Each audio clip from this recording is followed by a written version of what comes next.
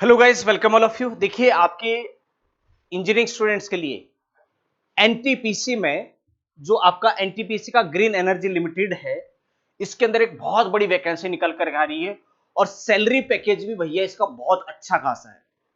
11 लाख रुपए per annum का salary package है भैया इसमें। 11 लाख रुपए एक तरीके से मोटे मोटे तौर पर सर 90,000 रुपए पर मंथ का सैलरी पैकेज इसमें, 90,000 रुपए पर मंथ।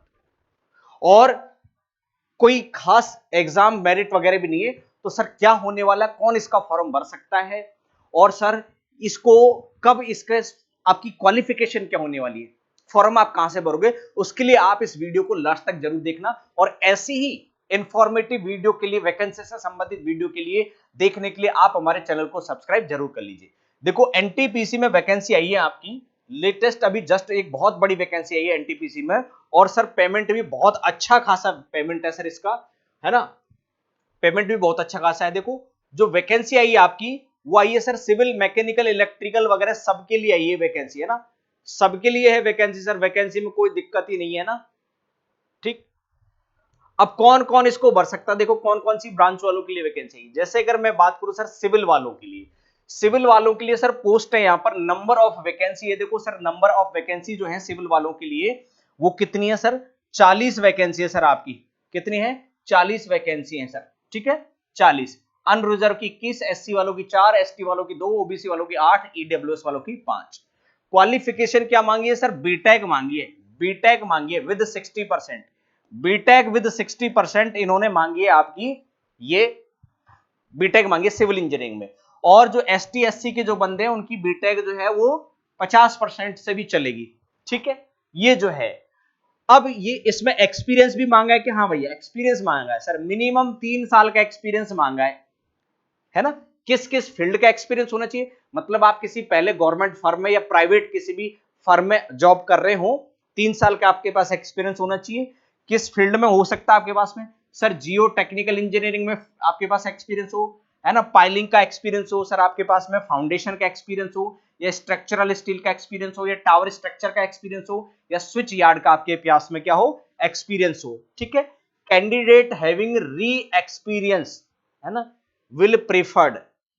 ठीक है, तो ये आपको 3 साल का एक्सपीरियंस मांगा है, इस फील्ड में मांगा है। ठीक है, जॉब समरी से तो कोई मतलब ही नहीं है कि सर जॉब समरी में क्या है क्या नहीं है। ठीक है, अपर एज लिमिट कितनी मांगी इन्होंने सर, अपर एज लिमिट मांगी सर 30 साल।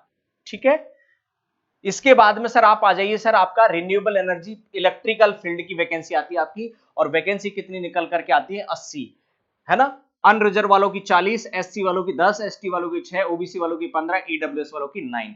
इसमें भी क्या मांगा सर, एजुकेशन क्वालिफिकेशन बीटेक होनी चाहिए आपकी इलेक्ट्रिकल इंजीनियरिंग में 60% के साथ में, और एसटी एससी वालों के लिए 50% के साथ में आपकी बीटेक होनी चाहिए। सेम 3 साल का एक्सपीरियंस इसमें भी मांगा है, लेकिन फील्ड क्या है सर, स्विच यार्ड में एक्सपीरियंस हो आपके पास में, इलेक्ट्रिकल टेस्टिंग में एक्सपीरियंस हो, ट्रांसमिशन सिस्टम में एक्सपीरियंस हो, ट्रांसफार्मर में एक्सपीरियंस हो, डिजाइन में एक्सपीरियंस हो, या इंजीनियरिंग में क्या हो आपके पास में एक्सपीरियंस हो।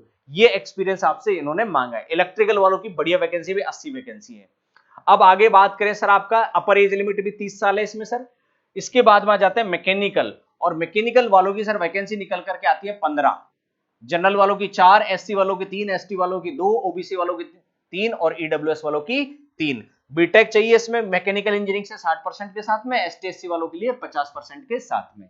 एक्सपीरियंस इसमें भी सर 3 साल का मांगा है, लेकिन किस किस फील्ड में मांगा है इन्होंने sir, industry experience with enrolment supervision, है ना, और एग्जीक्यूशन। तो आपको किसी भी इंडस्ट्री में सुपरविजन का, सुपरवाइजर को और एग्जीक्यूशन के तौर पर वर्क किया हो, ये मांगा है। इसके बाद में सर आपकी वैकेंसी आती है एचआर डिपार्टमेंट में। एचआर डिपार्टमेंट में वैकेंसी आती है 7 वैकेंसी है सर, जनरल वालों की 2, एससी वालों की 1, ओबीसी वालों की 3, ईडब्ल्यूएस वालों की 1। क्या चाहिए सर, ग्रेजुएशन चाहिए, ग्रेजुएशन चाहिए with 2 year full post graduate, PG चाहिए, डिग्री, है ना, या डिप्लोमा, पीजी जो है आपने, मतलब आपने एमबीए किया हो मैनेजमेंट में, 2 साल का एमबीए किया हो, ह्यूमन रिसोर्स में, एचआर में, इंडस्ट्रियल रिलेशन आईआर में, पर्सनल मैनेजमेंट में, है ना, इसमें आपने क्या किया हो, आपने पीजी किया हो, मास्टर की हो। ठीक है, एक्सपीरियंस सर 3 साल का एक्सपीरियंस मांगा इन्होंने, किस फील्ड में, एचआर में और इंडस्ट्री में। तो देखो, ये हमारी इंजीनियरिंग से संबंधित पोस्ट नहीं है, तो ये हमारी इंजीनियरिंग से रिलेटेड पोस्ट थी जिसके बारे में मैंने आपको बता दी। जैसे आईटी वालों की वैकेंसी आई है, कंप्यूटर साइंस वालों की सर, 4 वैकेंसी है, जनरल वालों की 3, ओबीसी की 1, बीटेक मांगा आपका कंप्यूटर साइंस या इंफॉर्मेशन टेक्नोलॉजी में 60% के साथ में, 50% के साथ में एसटी एससी वालों की होनी चाहिए। 3 साल का एक्सपीरियंस मांगा इन्होंने।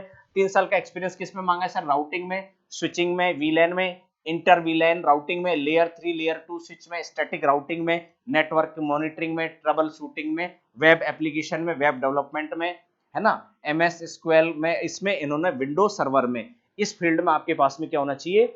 ये एक्सपीरियंस होना चाहिए। ठीक है, तो ये तो है सर आपका इसमें।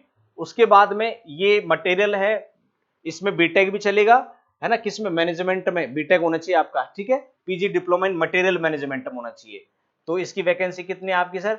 10 वैकेंसी है, नॉन इंजीनियरिंग वैकेंसी। अब देखो आपका क्या है सर, पेमेंट क्या मिलेगा सर? ये सबसे बड़ी बात है सर, पेमेंट मिलेगा सर आपको। पे जो पोस्ट है ना 1 से लेकर के 7 तक, तो 1 से लेकर करके 7 तक मतलब पूरी पोस्टों के लिए जो पेमेंट है इन्होंने सर, पेमेंट बहुत अच्छा खासा पेमेंट दे रहे हैं। फिक्स पेमेंट है सर इनका 11 लाख रुपए पर एनम, 11 लाख रुपए पर एनम हो गया। एक तरीके से मंथली का आपका सर 90,000 रुपए पेमेंट हो गया सर आपका, ये 90,000 रुपए पेमेंट हो गया मंथली का, इतना हो गया। ठीक है, ये उसकी तो ये पेमेंट आपको दिया जाएगा।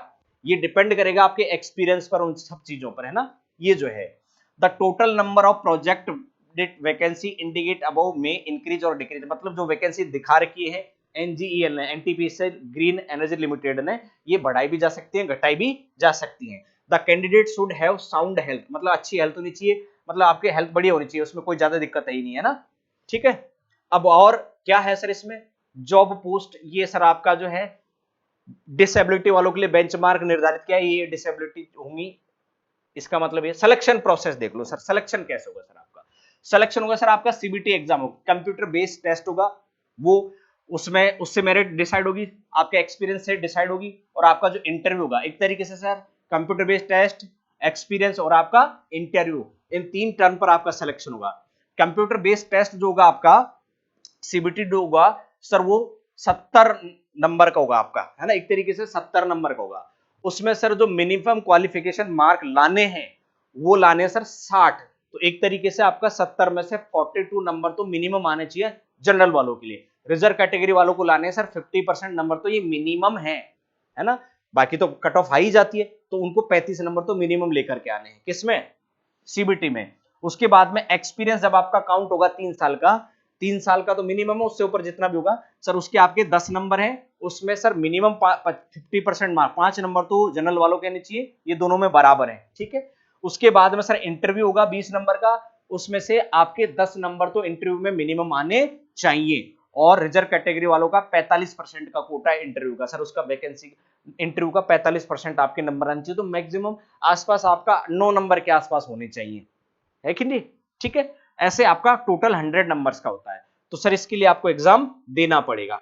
ठीक है भाई, और क्या है सर, ये वाली जो वैकेंसी सीबीटी बाइलिंगुअल होगा आपका। ठीक है, इसमें आपका क्या क्या आएगा सर? सीबीटी में आएगा सर आपका क्वांटिटेटिव एप्टीट्यूड, मैथ आएगी, वर्बल एबिलिटी और लॉजिकल रीजनिंग, मतलब रीजनिंग आएगी, मैथ आएगी, रीजनिंग आएगी, जीके आएगा, और बाकी आपके जो क्वेश्चन होंगे आपकी ब्रांच से रिलेटेड टेक्निकल स्किल्स के, सिविल वालों के सिविल के, मैकेनिकल वालों के मैकेनिकल के, आईटी वालों के आईटी के, इलेक्ट्रिकल वालों के इलेक्ट्रिकल के क्वेश्चन होंगे। तो जो 70 क्वेश्चन होंगे ना उसमें सर आपके जो संबंधित ब्रांच है उसके प्लस मैथ, रीजनिंग और जीके के भी इसके अंदर क्वेश्चन होंगे। ठीक है, सीबीटी का एग्जाम जो होगा sir, section selection will be made by 2 stage shortlisting, 2 stage में शॉर्टलिस्टिंग से आपका सिलेक्शन होगा। एक तो आपका सर कंप्यूटर बेस्ड टेस्ट होगा, ये होगा सर आपका कोलकाता, चेन्नई, दिल्ली, मुंबई, विशाखापट्टनम, गांधीनगर, लखनऊ, जयपुर, भोपाल, रायपुर, यहां होगा, है ना। उसके बाद में इस एग्जाम के बेसिस पर जो कैंडिडेट शॉर्टलिस्ट होंगे उनको इंटरव्यू के लिए बुलाया जाएगा, है ना, इंटरव्यू के लिए बुलाया जाएगा, और इंटरव्यू में उनको मिनिमम एलिजिबिलिटी क्वालिफाई करनी है।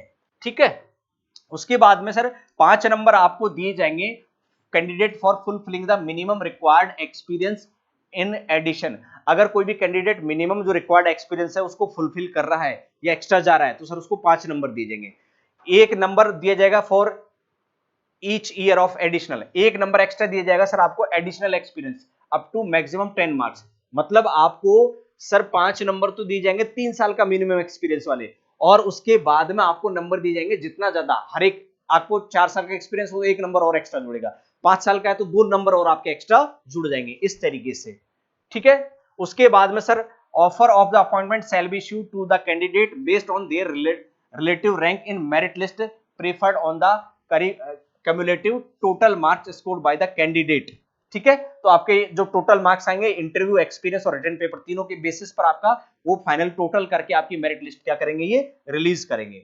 अप्लाई कैसे करना है सर? आपको अप्लाई करना है, आपको इसमें एनटीपीसी ग्रीन एनजीईएल वाली जो वेबसाइट है आपकी ngel.in है ना, इस वेबसाइट पर आपको कैरियर वाले सेक्शन में ये ऑप्शन मिल जाएगा, आपको फॉर्म अप्लाई करने वाला, वहां से आप इसको कर सकते हैं। लास्ट डेट वगैरह ये कब है सर इसकी? सर वैकेंसी की जो स्टार्टिंग डेट है सर आपकी 11 अप्रैल से ये स्टार्ट होंगे आपके। ठीक है, फॉर्म 11 अप्रैल से स्टार्ट होंगे और लास्ट डेट है सर इसकी आपकी 1 मई 2025 क्या है इसकी लास्ट डेट है। अप्लाई करने के नियम क्या क्या है इनको आप ध्यान से पढ़ लीजिएगा थोड़ा सा। ठीक है, कैसे क्या है आपको वो सारे है ना साइन वाइन कैसे करने। अब ये वैकेंसी जो है ना भाई आपकी, बताऊं मैं आपको, ये वैकेंसी होगी तो एग्जाम से पेमेंट भी बहुत अच्छा खासा है, लेकिन है ये कॉन्ट्रैक्ट के लिए, कॉन्ट्रैक्ट बेसिस है आपकी। और कॉन्ट्रैक्ट बेसिस का मतलब क्या हो सर? ये मिनिमम 3 साल के लिए, 3 साल के कॉन्ट्रैक्ट पर। तो सर 3 साल में एक तरीके से अग्निवीर योजना हो गई सर। 3 साल में आपको सर 30 लाख प्लस तो पेमेंट ही आपको मिल गया, प्लस आपका कॉन्ट्रैक्ट जो है 3 साल के बाद में 2 ईयर और बढ़ाया जा सकता है। तो डेफिनेट वो बढ़ाते, मिनिमम 2 साल और बढ़ाते, क्योंकि उनको पता सर वेल एक्सपीरियंस बंदा जो हमें मिल रहा है, 2 साल उसकी जॉब और ले लीजिए, सेवा का लाभ और ले लीजिए, नया बंदा रिक्रूट करेंगे, बहुत खर्चा आएगा उसका ना। तो एक तरीके से 3 साल को तो मिनिमम है, 3 + 2 5 साल का है सर आपके पास में। तो सर 5 साल के लिए जॉब बहुत बेहतरीन है आपकी, और आगे भी 5 साल बाद में भी हो सकता है आपके कॉन्ट्रैक्ट को रिन्यू कर दिया जाए, क्योंकि सर एक्सपीरियंस बंदे होते हैं डिपार्टमेंट के पास में, और वो एक्सपीरियंस बंदे को छोड़ना नहीं चाहेंगे। लेकिन आपका सर वो क्या करेंगे, आपको वो परमानेंट नहीं करेंगे, आपका कॉन्ट्रैक्ट को रिन्यू करेंगे, जिससे आप वहां परमानेंट जॉब नहीं मांगे, कल को टीएडी पेंशन वगैरह मांगने लग जाए। यही फिक्स पेमेंट आपको मिलता रहेगा, थोड़ा सा आपका इंक्रीमेंट भी हो जाएगा। ठीक है, तो इसके लिए आप जो है एनजीएल की वेबसाइट पर जाइए, वहां से इस फॉर्म को आप अप्लाई कीजिएगा। 11 अप्रैल से आपके फॉर्म स्टार्ट होंगे। ठीक है, तो आज के वीडियो में बस इतना। इसी तरीके के इन्फॉर्मेटिव वीडियो प्राप्त करने के लिए आप हमारे चैनल को सब्सक्राइब कर लीजिए। मिलते हैं आपसे नेक्स्ट वीडियो में, तब तक के लिए नमस्कार, जय हिंद।